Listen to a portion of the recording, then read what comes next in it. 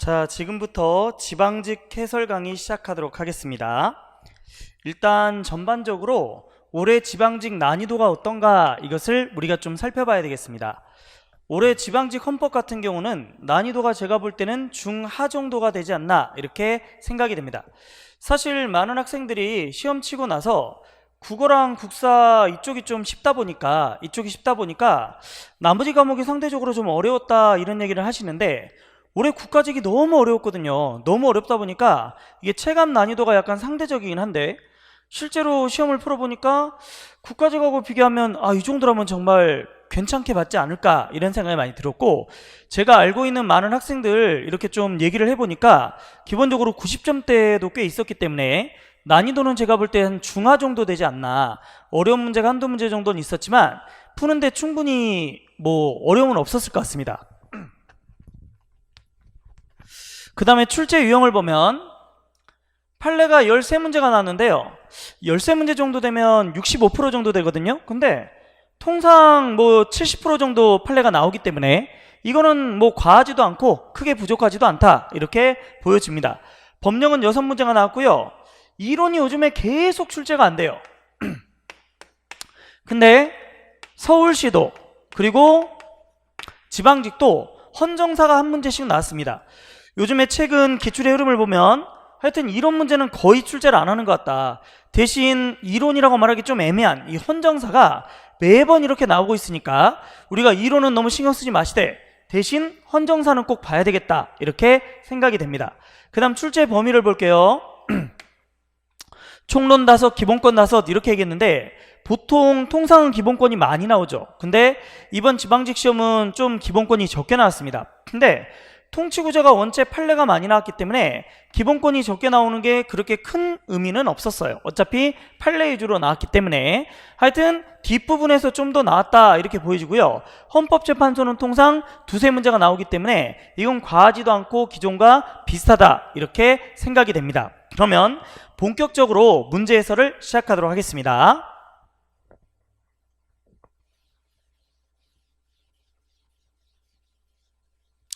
자, 1번은 기본권 주체에 관한 겁니다. 기본권 주체는 항상 시험에 많이 나오고 있습니다. 다만 이 기본권 주체가 나오면 항상 나오는 범위를 벗어나지 않더라. 통상 나오는 것들만 내요. 초기배하는 기본권 주체가 안 된다라든지, 공법인의 애외적 주체성이라든지, 또는 국가기관의 이중적 지위 같은 거 있죠. 이런 것들이 항상 나오기 때문에 난이도는 그렇게 어렵지 않았던 것 같습니다. 자, 1번 문제를 풀어보도록 하겠습니다. 기본권 주체에 관한 설명 중 옳지 않은 것은 했어요. 1번, 법인도 기본권 주체가 될 수 있지요. 맞습니다. 2번, 외국인도 일할 환경에 관한 권리는 주체가 될 수 있다. 2번 지문은 여러분들 틀리면 안 되죠. A급이고 너무나 유명한 지문입니다. 근로의 권리는 원래 우리 국민이 가져야 되는데 외국인도 갖는다고 했으니까 이게 아주 특이하고 그리고 비판을 많이 받는 그런 판례 지문이라는 거죠. 그래서 출제가 아주 잘 됩니다. 3번 볼게요. 지자체장이 나왔네요. 지자체장은 국민으로서는 권리를 갖고 지자체장으로서는 권리를 못 갖지요. 근데 여기서 지금 얘기하는 건 셋째 줄 공무단위권이에요. 자기가 다음번 선거에 나가려고 한다라는 거죠. 자, 누군가가 선거에 나간다는 건 지자체장의 역할이 아니라 국민의 역할이죠. 따라서 이런 경우는 기본권 주체가 돼야 됩니다. 돼야 되는데 안 된다고 했으니까 정답은 3번이다 이렇게 들어가셔야 되겠다는 거죠. 4번은 초기배한데 맨날 얘기 드리는 겁니다. 주체가 될 수 있어요. 주체가 될 수 없습니다. 그래서 4번은 인정할 수 없다. 그러니까 동그라미겠죠. 1번은 제가 볼 때 난이도가 아주 낮은 문제입니다. 쉽게 풀 수 있지 않나, 전형적인 문제로 볼 수 있겠습니다. 2번, 정당에 관한 설명으로 옳은 것은 이렇게 얘기하고 있네요. 이게 사실 아주 중요한 문제죠.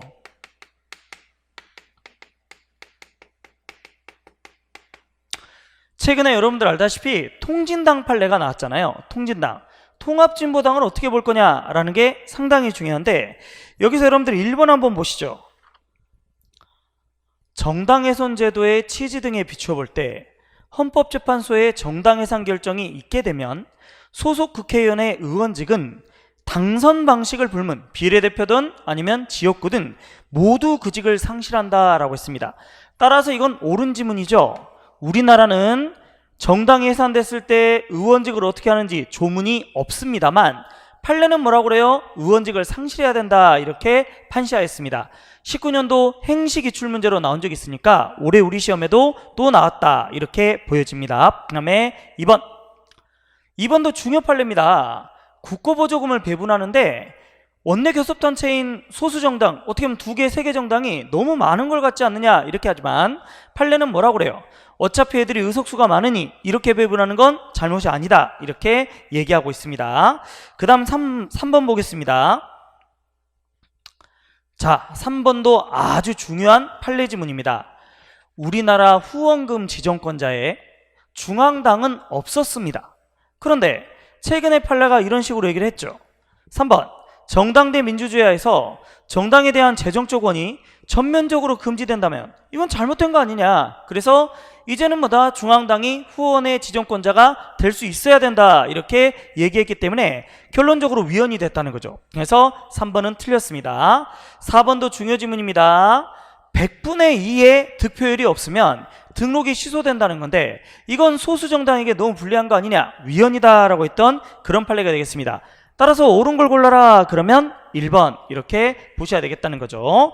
그 다음 3번 근로상권이네요.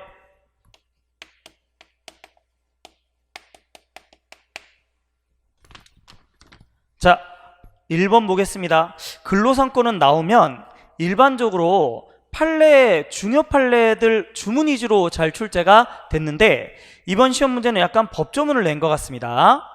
1번 볼게요. 교섭 청구 단일화. 이거 참 중요한데요.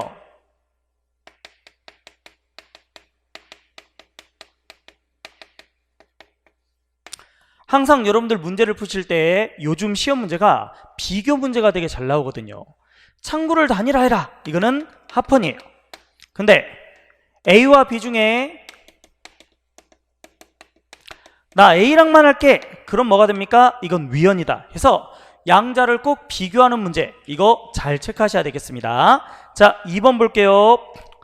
근로상권, 그 중에 단결권은 이것도 많이 나오는 건데 사회적 기능, 사회적 보호, 또 사회권적 성격도 갖고 그 다음 자유권적 성격도 갖는다. 이 양자를 복합적으로 갖는다는 일반 판례 지문이 되겠습니다. 그 다음에 3번인데 요건 너무 최근에 기출이 많이 됐어요. 초원경찰이 근로상권 못 갖는 거 옛날에 합헌이었거든요. 근데 지금 위헌으로 바뀌었습니다. 원체 출제가 많이 됐고요. 그 다음 4번. 근데 제가 볼 때 1번, 2번, 3번이 워낙 일반적인 지문이기 때문에 이거 지금 정답이 4번인데 그렇게 어렵지는 않았을 것 같아요. 4번이 여러분들이 약간 낯설지만 원체 1, 2, 3번이 중요 지문이기 때문에 그렇게 어렵지는 않았을 것 같습니다. 자, 4번. 교원노조법에 따르면 사립학교 교원은 단결권과 단체 교섭권이 인정되지만 단체 행동권은 금지된다. 국공립은 모두 부인된다 라고 했는데 사실 국공립도 선생님이고요. 공무원도 뭐요? 단결권과 단체 교섭권은 가져요. 그러니까 국공립 선생님들만 전면 부인한다. 이거는 말이 안 됩니다. 여러분들 몰랐어도 충분히 이거는 풀 수 있었던 거 아닌가 이렇게 생각이 들어요. 어떤 식으로 풀 수 있다? 1, 2, 3이 되게 중요 지문, 쉬운 지문이었고 따라서 4번 몰라도 맞출 수 있는 것이고 또 4번도 생각해 보세요. 아니 공무원도 단결권, 단체 교섭권 인정이 되고 일반 사립 선생님들도 단결권, 단체 교섭권 인정이 되는데 국공립이라고 해서 이게 부인된다는 게 모두 부인된다는 게 말이 됩니까? 그래서 4번이 틀렸다 이렇게 보시면 되겠습니다. 자, 4번은 탄핵이네요.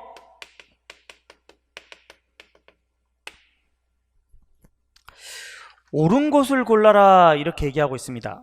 솔직히 1번이 약간 까다로울 수 있어요. 헌법에 이 사람들이 탄핵 대상입니까? 검사하고 참모총장. 제가 오늘 사이트에 보니까 이런 질문이 왔더라고요. 헌법 조문 다 암기해야 되나요? 이렇게 얘기하는데 근데 사실 요즘 헌법 시험이 원체 어려워지고 있지 않습니까? 상대적으로 난이도가 되게 높아지고 있는데 그렇다면 합격권에 있는 사람들이라면 어지간하면 헌법 조문 다 암기하고 있지 않을까 싶어요. 워낙 헌법 조문들이 자꾸 요즘에 출제가 되는 것 같고 되게 세부적으로 내고 있습니다. 그럼 다시 말하면 헌법의 탄핵 대상자에는 검사와 참모총장은 없다는 거예요. 그죠? 1번 X입니다. 2번 탄핵 결정은 공직으로 파면함에 그치고 형사 책임은 면제된다라고 했는데 형사, 민사 책임 모두 뭐요? 면책이 안 돼요. 그러니 지금 박근혜 대통령 여전히 형사 재판 들어가고 있지 않습니까? 그죠? 3번 국무총리에 대한 탄핵소추 발의와 해임건의 발의를 위한 정족수는 발의 정족수, 발의니까 의결이 아니라 반일이니까 이건 제적의 3분의 1로서 동일하다 이렇게 얘기하겠습니다. 따라서 정답은 3번이죠. 4번 지문이 완전 A급이에요. 이건 누구나 맞춰야 돼. 탄핵에는 적법 절차가 적용될 수 있다, X. 적용될 수 없다라는 건데, 글쎄요, 제가 볼 때 이 문제도 그렇게 난이도가 높지는 않지 않나 이렇게 생각이 됩니다. 그 다음에 5번 변호인의 조력받을 권리. 저는 이 지방직 문제 중에 요 문제 진짜 좋은 문제다 이렇게 생각이 들어요. 최신 판례도 들어가 있고요. 아주 중요하고 헷갈리는 문제들이 많이 들어가 있습니다. 난이도는 약간 중간 정도 되는 것 같은데 정답 지문이 어렵지 않거든요. 근데 아주 중요한 지문들이 많이 들어가 있는 것 같습니다. 혹시 여러분들 해설 강의 듣고 그대로 시험 끝나는 거 아니죠? 내년도 대비하시는 분들은 특히 3번하고 4번 지문 아주 중요하다 이렇게 생각하셔야 됩니다. 내년에 또 나올 가능성이 아주 높아요. 자, 1번 피의자 피고인의 구속 여부를 불문하고 변호인과 상담하고 조언을 구할 권리는 변호인의 조력받을 권리의 내용 중 구체적인 입법 형성이 필요한 다른 절차적 권리의 필수적인 전제 요건으로서 변호인의 조력받을 권리 그 자체에서 막바로 도출된다. 판례 문구 그대로. 두 번째 볼게요. 2번 판례가 최근에 기출이 벌써 3번째 나오고 있는데요. 후방에 앉으라는 거야. 그러니까 피의자가 있는데 옆에 변호사가 있어야 자꾸 이렇게 물어볼 텐데 후방에 앉으라고 그러니까 조력을 잘 못 받겠죠. 그래서 위헌이다라는 거거든요. 그래서 정답은 2번인데 이 판례가 좀 중요한 이유는 최근 상개념 기출 중에서 아직 이런 문제가 출제가 많이 되고 있지는 않지만 목적의 정당성이 깨진 판례, 목적의 정당성, 과잉금지에서 목적의 정당성이 깨진 판례는 아주 드뭅니다. 아주 드문데 그 판례가 이 판례다 보니까 최근에 출제가 좀 많이 돼요. 목적의 정당성이 깨져서 위헌이다 이렇게 보셔야 되겠다는 거죠. 그 다음에 세 번째 판례, 이것도 중요합니다.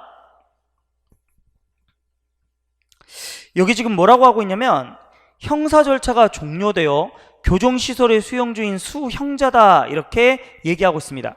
수형자는 변호인의 조력받을 권리의 주체가 안 되죠. 물론 이 사람 예외적으로 재심에서는 가능할 수 있거든요. 근데 그런 재심이 아니라 민사, 행정, 헌법재판 이런 경우는 형사사건과 상관이 없어요. 그러니 변호인의 조력받을 권리가 아니라 재판받을 권리에서 문제가 되는 거죠. 근데 이 지문이 최근에 좀 이렇게 판례로 많이 나오더라고요. 그래서 3번은 제가 볼 때 아주 중요한 지문이고 잘 체크하셔야 돼요. 변호인의 조력받을 권리는 형사 절차 또는 이에 준하는 겁니다. 따라서 헌법이라든지 민사재판이나 이런 건 재판받을 권리가 문제가 된다는 거죠. 그래서 꼭 체크하셔야 됩니다. 4번 볼게요. 4번도 A급입니다. 옛날에는요 피고인이 변호인을 만나는 이런 적용교통권만 헌법상 기본권이었고 변호인이 피고인을 만나는 적용교통권은 헌법상 기본권이 아니라고 그랬는데 19년도 올해 판례가 바뀌었습니다. 그래서 이것도 헌법상 기본권이다 이렇게 말하고 있으니까 4번 동그라미인데 아주 중요하다 이렇게 보셔야 되겠습니다. 자, 그 다음 6번 문제를 보겠습니다. 통신의 비밀. 1번 보시죠. 저는 개인적으로 이 문제가 되게 어렵던데요. 자, 1번 미결 수용자인데 변호인이 아닌 자죠. 이러면 우리가 변호인이 아닌 자는 서신 검열해도 되고요 녹음해도 됩니다. 녹화해도 되고. 그러니까 이거는 위헌이 아니다. 동그라미 1번 맞아요. 2번을 보시죠. 인터넷 회신 감청은 서버에 저장된 정보가 아니라 인터넷으로 발신되어 수신되기까지의 과정 중에 수집되는 정보, 즉 진행 중인 정보이기 때문에 압수수색에 해당한다 이렇게 얘기하고 있습니다. 근데 판례가 이런 식으로 얘기를 해요. 저장된 정보냐 아니면 전송 중이냐. 여기에 따라 좀 다른데요. 이거는 압수수색으로 보고 있고요. 이거는 일반 수사로 보고 있습니다. 압수수색이 아니라 수사다. 따라서 지금 여기서 얘기하는 건 저장된 정보가 아니래요. 전송 중인 정보다. 그러면 이건 압수수색에 해당하지 않습니다. 솔직히 저는 2번은 되게 어려운 지문이다. 판례의 결론, 위헌이다 펀이다 이걸 묻는 게 아니라 내용을 묻는 질문이기 때문에 요즘 얘기하는 판례 심화되는 어떤 그런 유형 중에 하나다 이렇게 보여진다라는 거죠. 그 다음에 세 번째, 자유로운 의사소통이라는 건 통신 내용의 비밀만을 보장하는 것으로 충분하지 않고 통신관계의 발생으로 야기된 모든 사실관계, 통신관여자의 인적, 그리고 뭐 장소, 횟수, 시간까지 다 보호합니다. 이건 제가 볼 때 거의 일반 문장으로 보여지고요. 그 다음에 4번, 수사를 위하여 필요한 경우 수사기관으로 하여금 법원 허가를 받으면 특정 기지국에 발생된, 그 다음이 중요한데, 모든 전화번호의 제공, 그러니까 문제가 있는 사람만 제공하는 게 아니라 특정한 사람만 제공하는 게 아니라 모든 사람을 제공한다. 이거는 통신의 자유를 침해한다. 이렇게 얘기하고 있죠. 그래서 결국 정답은 2번이 되겠습니다. 근데 아까도 얘기했지만 이게 판례 결론을 묻는 문제가 아니라 판례의 내용을 묻는 문제다 보니까 난이도가 꽤 있다. 이렇게 보여진다라는 거죠. 그래서 이런 거는 조심하셔야 되겠습니다. 자, 그 다음 7번입니다. 헌법의 원리. 자, 1번 보죠. 체계 정당성. 이거는 법치국가에서 도래되는 것입니다. 2번, 신뢰보호는 제도 운영의 개폐에도 적용됩니다. 맞아요. 우리가 문화국가 할 때 이 문화는 우수한 문화만 얘기하는 게 아니라 모든 문화를 얘기합니다. 이렇게 얘기하고, 근데 저는 이 문제도 되게 쉬웠다고 생각하는 게 이 4번 지문 여러 번 나왔거든요. 자, 경제 관련 조항은 자유에 관한 규정이기도 하지만 그러나 규제, 제한에 관한 규정이기도 하다. 이 두 가지를 동시에 내포하고 있다라는 유명 지문이에요. 이것도 여러 번 나왔기 때문에 그렇게 난이도가 높지는 않은 것 같다. 이렇게 생각이 됩니다. 그 다음 문제죠. 인간의 존엄과 가치.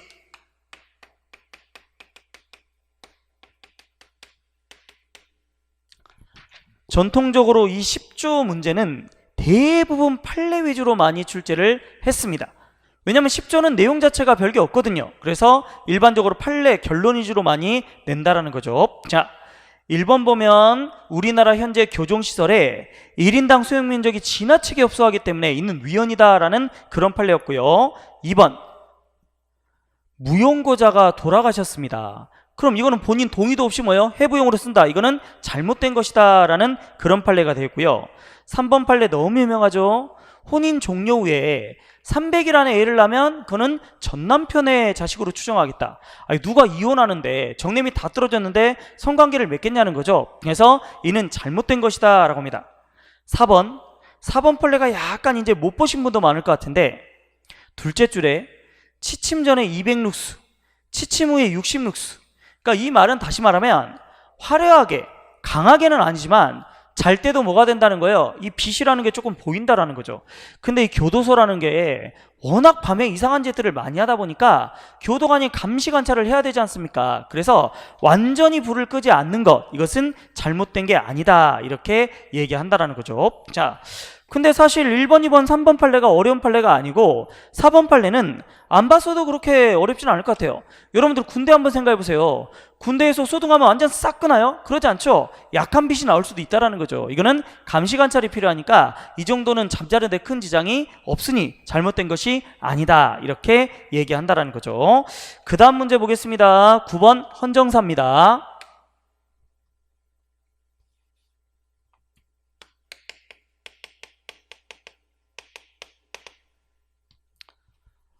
근데 요즘에 헌정사가 이제 서울시에도 출제가 됐는데 너무 어렵더라고요. 너무.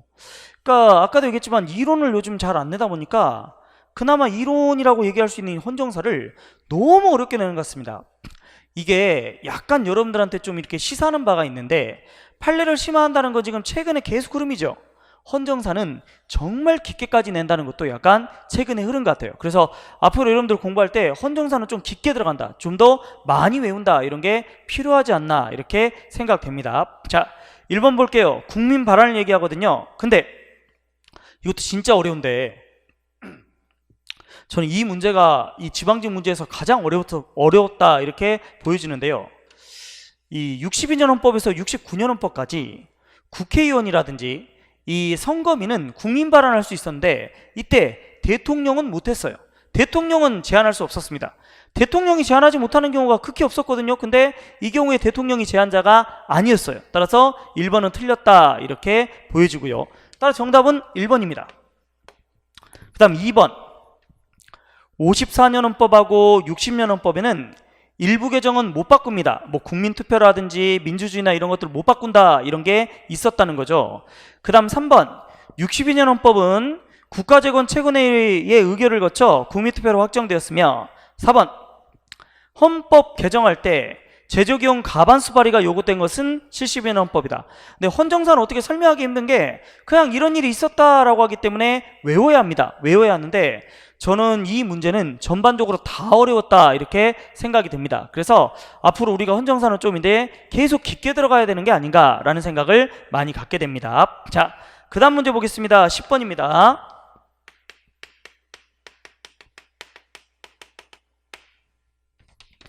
헌법기관의 구성 1번 대통령 국회 동의를 얻어 대법원장을 임명하고 대법관을 임명할 때도 국회 동의를 얻어야 되는데 뭐 인사청문만 거치면 안 얻어도 된다? 말도 안 되죠. 헌법에서 얻으라고 돼 있는데 이걸 누구 맘대로 안 얻습니까? 이거는 말이 안 됩니다. 두 번째 대통령은 9명의 헌법재판관 중에 3명만 임명하다. 이거 조심해야 돼요. 항상 객관식은 괜히 내는 게 아니라 비교 문제가 있는 거예요. 3명만 임명하는 건 선관이지 헌재가 아닙니다. 그래서 2번이 틀렸어요. 헌재는 모두 임명하고 선관위는 3명만 임명합니다. 4번 볼게요. 대통령은 국회의 동의 절차 없이 감사원장의 제청으로 감사위원을 임명하다. 여러분들 감사원이나 선관위 같은 경우는 이런 기관 구성을 암기하고 계셔야 됩니다. 따라서 3번이 맞습니다. 4번 인사청문회 소정의 기간 이내에 국무위원 후보자에 대해서 인사청문 경과보고서가 송부되지 않으면 임명할 수 없다. 문재인 정부 아래서 지금 이 인사청문회에 대해서 뭐 적격이다 뭐다 이렇게 판단받지 않고 임명되신 분이 한두 명이 아니에요. 오히려 적격이라고 판단받은 분보다 더 많을 것 같습니다. 따라서 송부하지 않으면 10일 이내에 뭐다 다시 재송부를 의뢰하고 그래도 안 되면 임명할 수 있죠. 대표적으로 조국 장관님이 뭐요? 이렇게 하셨잖아요. 그죠? 그래서 4번도 틀렸다. 정답은 3번 단순히 암기 내용이다. 이렇게 보시면 되겠습니다. 그 다음 11번 행정입법이죠.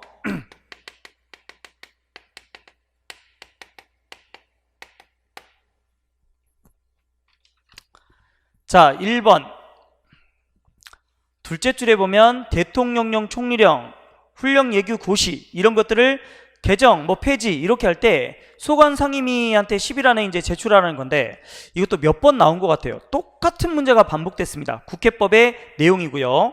두 번째, 우리가 일반적으로 법률의 내용을 위임해요. 어디? 법규명령에 위임하는 게 일반적이지만 다만 꼭 그래야 되는 건 아니죠. 뭐 예규나 고시 이렇게 뭐 행정규칙으로 위임할 수 있습니다. 이런 건 예시적이기 때문에 그렇다라는 그러네요. 이런 것들이 이제 상위법과 결합해서 뭐예요? 법규적인 효력을 갖게 되지요. 그 다음 3번 부령의 재정 개정 절차가 대통령령에 비하여 용이한 점을 고려할 때 재위임에 의한 부령의 경우에도 위임에 의한 대통령령에 가해지는 헌법상 제한이 당연히 적용돼야 된다. 그러니까 우리가 법률에서 대통령령으로 대통령령에서 부령으로 이렇게 위임을 할 때 대통령령에 여러 가지 까다로운 제한이 부과된다면 재임하는 부령에도 뭐요? 같은 제한이 부과돼야지 돼야 하지 않겠는가. 그래야 뭐요? 법에서 위임하는 어떤 취지에 맞지 않겠는가라는 그런 얘기인데 판례 문구 그대로기 때문에 이거는 뭐 틀렸다고 말할 수 없겠습니다. 4번 저는 근데 이 문제도 1번, 2번, 3번이 조금 이렇게 낯선 지문이긴 하지만 4번이 너무 쉬웠던 것 같아요. 여러분들 포괄임 금지가 적용이 안 되는 게 제가 알기로 딱 2개밖에 없어요. 하나가 뭐죠? 자치정관. 두 번째는 뭐예요? 조례예요. 나머지는 다 포괄임 금지가 적용이 됩니다. 따라서 대법원 규칙에도 당연히 적용되죠. 그래서 정답은 4번입니다. 그 다음 12번 볼게요. 12번은 대통령이라고 나왔네요.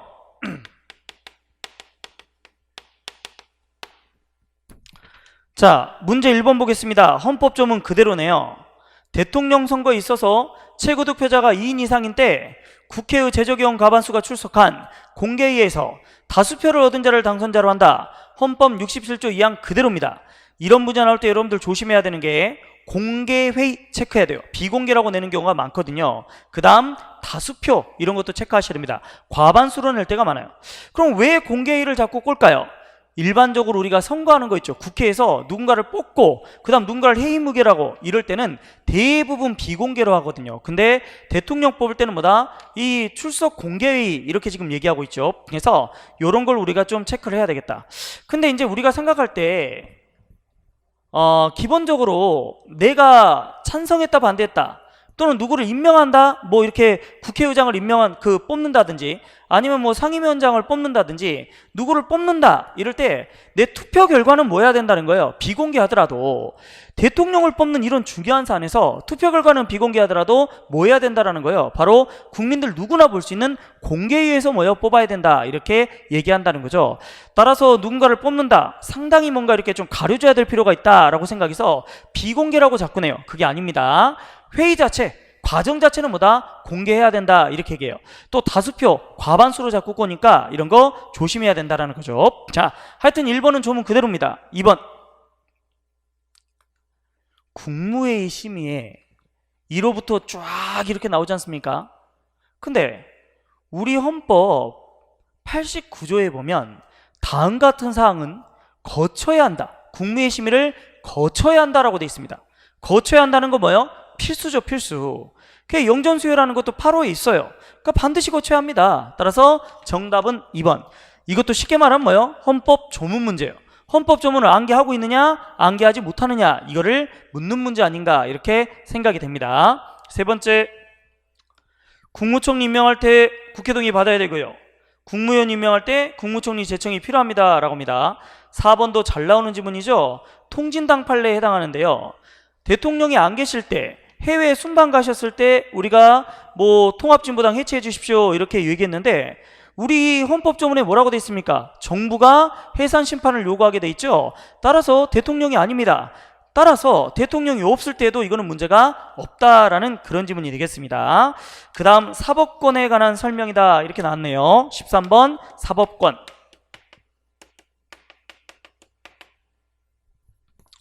13번 문제도 되게 제가 볼 때는 쉬운 문제고요. 저는 이 문제 풀 때 조금 문제가 무성의한 거 아닌가 이런 생각도 좀 드는 게 1번이 사법권의 독립을 위해서 뭐 신분보장 잘해야 된다. 2번 사법의 본질은 판단하는 것이다.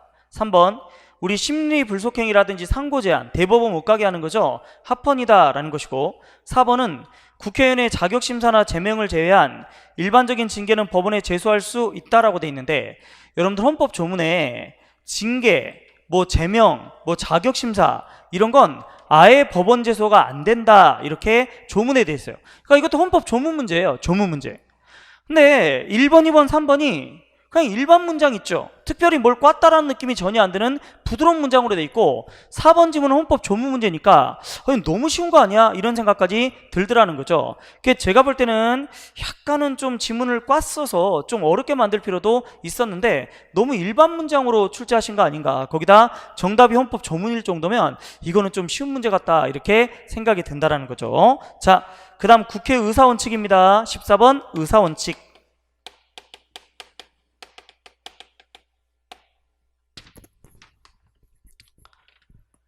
의안이 발의되고 부결된 경우 회기를 달리하여 그 의안을 다시 발의할 수 있다. 네, 여러분들 기본적으로 일사부재에는 같은 회기, 같은 절차, 부결 이러는데 회기를 달리하면 같은 회기가 아니네. 그러니 할 수 있는 거죠. 일사부재에 걸리지 않습니다 라고요. 2번 볼게요. 헌법은 국회에 제출된 법률안, 기타의 의안은 회기 중에 의결되지 못한 이유로 폐기되지 아니하고 따라서 회기 계속의 원칙을 채택하고 있다. 다만 임기가 만료되면 그러하지 않는다. 이것도 헌법 조문 51조 그대로입니다. 이번에 이상하게 특이하게 이렇게 조문 문제가 좀 많이 나왔죠. 그죠? 자, 그 다음 3번 볼게요. 헌법은 출석의원 과반수 찬성과 뭐 국가안전보장 이러면 비공개한다. 다만 사후 공개를 정당화하는 사유를 명시적으로 언급하고 있다. 이것도 사실상 조문 문제다 이렇게 보여지는데 우리 헌법에는 비공개하는 것만 나와 있지 언제 공개한다 이런 말은 안 나와 있습니다. 따라서 약간 이것도 뭐예요? 조문 문제에 가깝다 이렇게 보여집니다. 4번 국회의는 공개가 원칙이기 때문에 만약에 비공개를 하려면 상당히 제한적이어야 된다 이렇게 얘기하고 있네요. 그 다음 평등권입니다.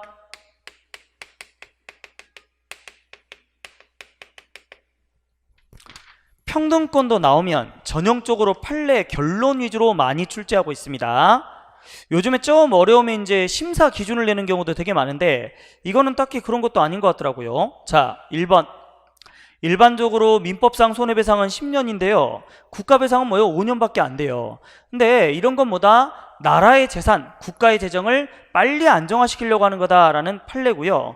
두 번째, 애국지사 본인과 순국선열의 유족은 본질적으로 다른 집단이니까 달리대에도 뭐요? 크게 문제가 없다는 판례죠. 물론 2번은 흔한 판례는 아닌 것 같습니다. 근데 3번, 저는 3번 이거 최신 판례였기 때문에 기억도 하고 있고, 이게 비슷한 게 이제 친고죄도 이런 거랑 똑같잖아요. 그러니까 우리가 반의사 불벌죄의 불벌, 친고죄의 고소 치하 이런 게 1심 판결 나오기 전까지 뭐야 하라는 그 판례인데 워낙 유명한 판례니까 뭐 그렇게 어렵지는 않지 않나라는 생각이 들더라고요. 이거는 개인에 의해서 재판이 농락당하는 걸 방지하기 위함이죠. 그 다음 4번, 버스 운송 산업에 있어서 운송비용 정가 문제를 규제할 필요성이 없으므로 택시 운송 사업에 한하여 택시 운송 사업의 발전에 관한 법률에 운송비용 정가 금지 조항을 둔 것은 규율의 필요성에 따른 합리적인 차별이어서 평등원칙 위반되지 않는다라는 거죠. 근데 기본적으로 버스 기사님이나 택시 기사님은 달리 봐야 되지 않냐, 뭐 개인 택시나 이런 것도 많다 보니까 다른 거니까 달리 대하는 것, 이거는 크게 문제가 없겠다라는 건데, 이 4번 같은 경우도 약간 최신 판례입니다. 근데 솔직히 이 문제는 2번이랑 4번이 제가 볼 때 모르실 수도 있어요. 2018년 최신 판례이기 때문에 약간 모를 수가 있는데, 저는 개인적으로 이 판례, 이 문제 맞췄을 것 같아요. 왜냐면 답이 되는 지문이 솔직히 좀 흔한 또는 쉬운 판례였다 이렇게 보여집니다.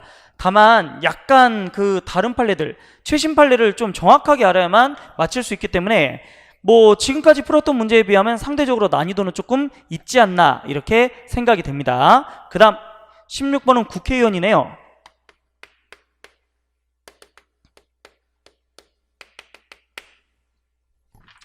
(1번) 문제 보겠습니다. 이 현대민주주의가 정당 국가적 경향으로 변한다고 해도 그래도 국회의원이 전체 국민을 대표해야 된다, 정당을 대표하는 게 아니라 전체 국민을 대표해야 된다는 거, 이건 부정할 수 없다라는 거예요. 2번 문제, 이건 나올 게 나왔죠. 즉 사보임이에요. 이번에 국회에서 패스트트랙 때문에 되게 말이 많잖아요. 그때 사보임을 시켰죠. 판례가 뭐라고 그래요? 아무리 국회의원이 자유임이라고 그러더라도 정당의 사실상의 강제는 있을 수 있다. 따라서 사보임 있죠, 이런 거 시켜도 된다라는 판시가 있었습니다. 읽어볼게요. 국회의원의 원내활동을 기본적으로 각자에게 맡기는 자유임은 의회 내에서 정치 의사 형성의 정당협력을 배척하는 것은 아니지만 적어도 국회의원이 정당과 교섭단체의 지시에 기속되는 것을 배제하는 근거가 된다. 틀렸다는 거죠. 다시 말하면 자유임이 있다고 해도 정당에게 어느 정도는 뭐다? 구속을 받는다 이렇게 얘기했었습니다. 따라서 사보임 시켜도 뭐요? 된다라는 거죠. 패스트트랙에서 사보임은 합헌이다 이렇게 얘기할 수 있습니다. 기존의 판례에 유추해 볼 때. 자, 3번 보겠습니다. 국회의원은 자신의 사적인 이해관계와 국민에 대한 공적인 이해관계가 충돌하면 당연히 후자, 공적인 것을 우선시켜야 된다. 이런 이해충돌 회피, 직무전념 의무를 지게 되는데 이를 국회의원의 개개인의 양심에 맡겨둘 것이 아니라 국가가 제도적으로 보호할 필요가 있다. 3번도 제가 볼 때 그렇게 좋은 질문 같진 않아요. 이건 너무나 그냥 읽어보면 당연한 판례 아닌가 이렇게 생각이 됩니다. 4번 볼게요. 우리 국회법에 따르면 제명된 사람마다 보궐선거의 후보자로 나올 수가 없습니다. 그렇게 어려운 질문들은 아니었다 이렇게 생각이 되네요. 자, 17번입니다. 기본권 침해, 헌법소원에서 기본권 침해, 기본권 관련성 뭐 이런 것들을 묻고 있습니다. 근데 헌법재판소가 나오면 좀 어려운데 근데 이건 또 쉬웠어요. 1번 볼게요. 법규범이 집행행위를 예정하고 있더라도 법규범의 내용이 집행행위 이전에, 그러니까 아무리 집행행위가 예정돼 있더라도 법이 뭐 재량을 거의 안 주고 있다라는 거죠. 그냥 법의 모든 것들이 다 규정이 돼 있다면 이러면 법규범의 직접성이 인정된다라는 것이고, 그다음에 2번 공권력 작용의 직접적인 상대방은 자유의 제한, 의무의 부과, 권리 또는 법적 지위의 제약이 가해지면 자기 관련성이 인정되며 제3자의 경우 사실상 경제상의 이해관계가 있으면 자기 관련성 인정된다. 근데 사실 헌법이나 행정법에서 법적인 이해관계가 아니라 사실상 경제상 이해관계가 있으면 원고 적격이 있다, 자기 관련성 있다 들어본 적이 없어요. 우리 헌법이나 행정법은 사실상 이익 또는 경제상 이익은 아예 보호를 거의 안 해줍니다.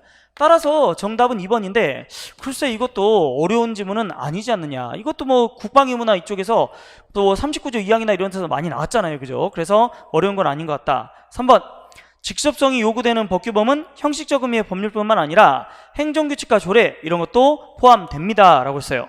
4번 국민에게 일정한 행위 의무 또는 행위 금지를 부과하는 법 규정을 정한 후 이를 위반할 경우에 제재수단으로 형벌이 있다. 그러면 이 형벌이나 행정벌을 바꿔 두라라. 이거는 너무 가혹하기 때문에 그거를 집행행위라고 보지는 않는다라는 그런 지문인데 요 4번 지문도 대부분 책에 있는 판례 아닌가 이렇게 생각이 듭니다. 자, 그 다음도 그 위헌법률 심판이니까 헌법재판소죠.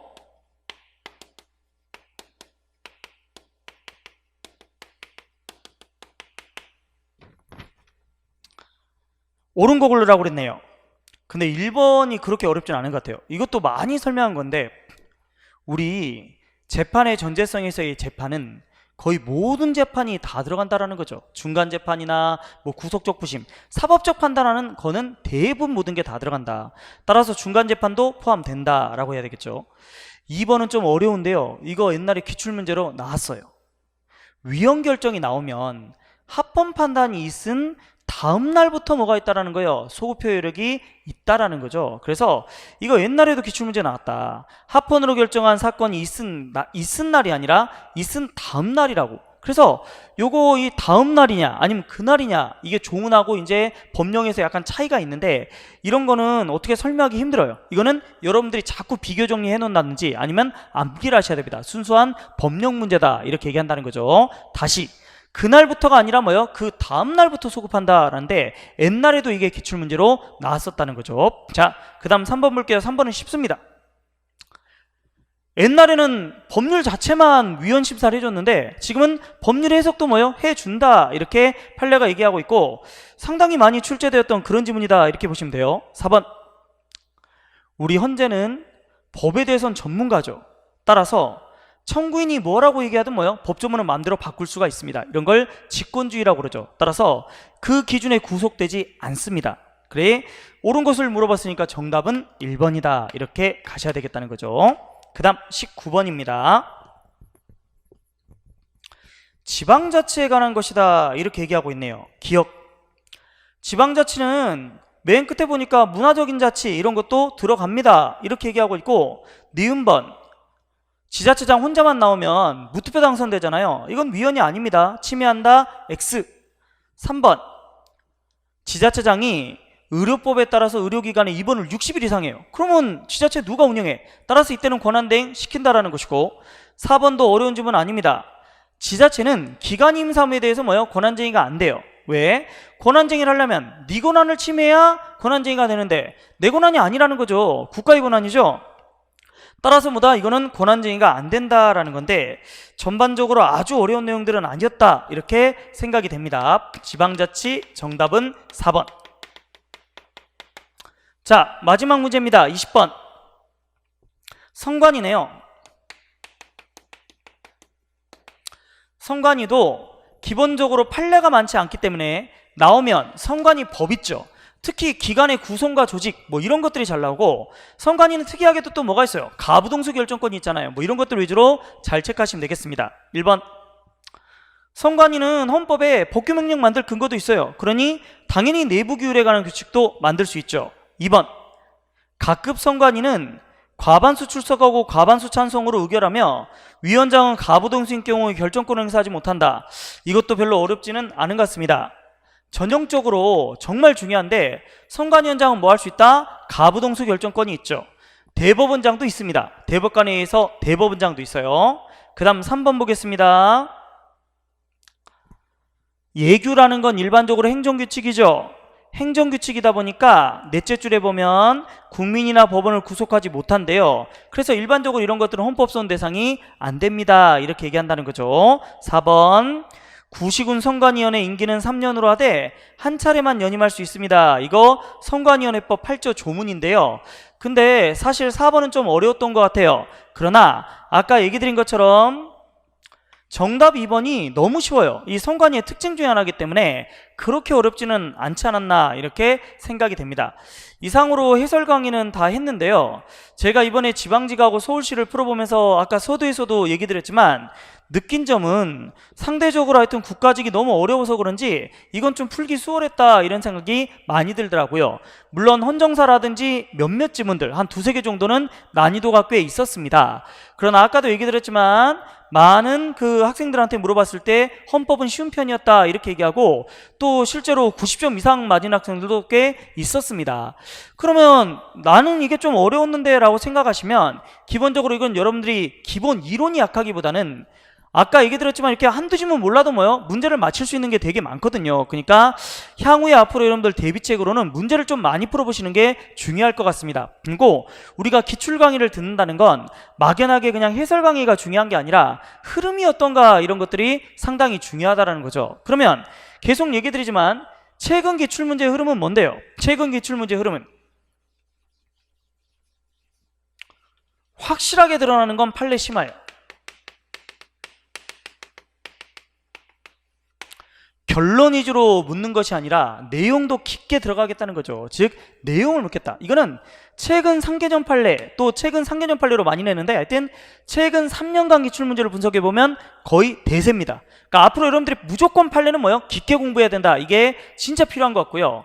법령은 올해 국가직만 좀 어려웠던 것 같아요. 저 이거 지방직이나 서울시 풀어봤을 때 법령 문제 그렇게 난이도 높았다 이렇게 생각은 안 들거든요. 다만 혹시라도 올해 국가직처럼 내년에도 나올 수가 있으니까 나중에 사법시험에서는 대부분 이런 거 하는데요. 하루나 이틀짜리 법령 특강 있죠. 이런 거를 시험 직전에 좀 들어두실 필요가 있어요. 왜냐하면 법은 항상 바뀌기 때문에 직전에 좀 들어볼 필요가 있지 않을까 이렇게 생각이 됩니다. 다음 이론은 전반적으로 어떻게 한다? 거의 안 나오더라. 대신 뭐 위주로 많이 낸다는 거예요? 헌정사를 되게 깊게 내더라 이런 것도 생각하셔야 돼요. 그리고 마지막으로 이제 얘기 드리면 사실 이게 흐름인가는 좀 애매하지만 헌법 조문 문제 있죠. 요거를 또 많이 내고 있으니까 여러분들이 앞으로 공부할 때마다 이 조문을 자꾸 보고 외울 수 있는 건 최대한 암기하셔야 되겠습니다. 자, 시험 한 번 보고 그것만 가지고 앞으로도 계속 될 거다 이거는 아니지만 몇 년간 계속 그런 흐름이 있다면 반드시 그에 맞춰서 공부를 하셔야 되겠습니다. 그래서 제 생각에는 앞으로 혹시라도 올해 공부를 좀 하고 시험 문제를 이렇게 푸셨다면 완전 초짜가 아니라면 향후에는 이런 문제들 자꾸 보니까 좀 문제를 많이 풀어보는 게 여러분들한테 많이 도움이 될 것 같습니다. 그러면 이상으로 해설 강의를 마치도록 하겠습니다. 감사합니다.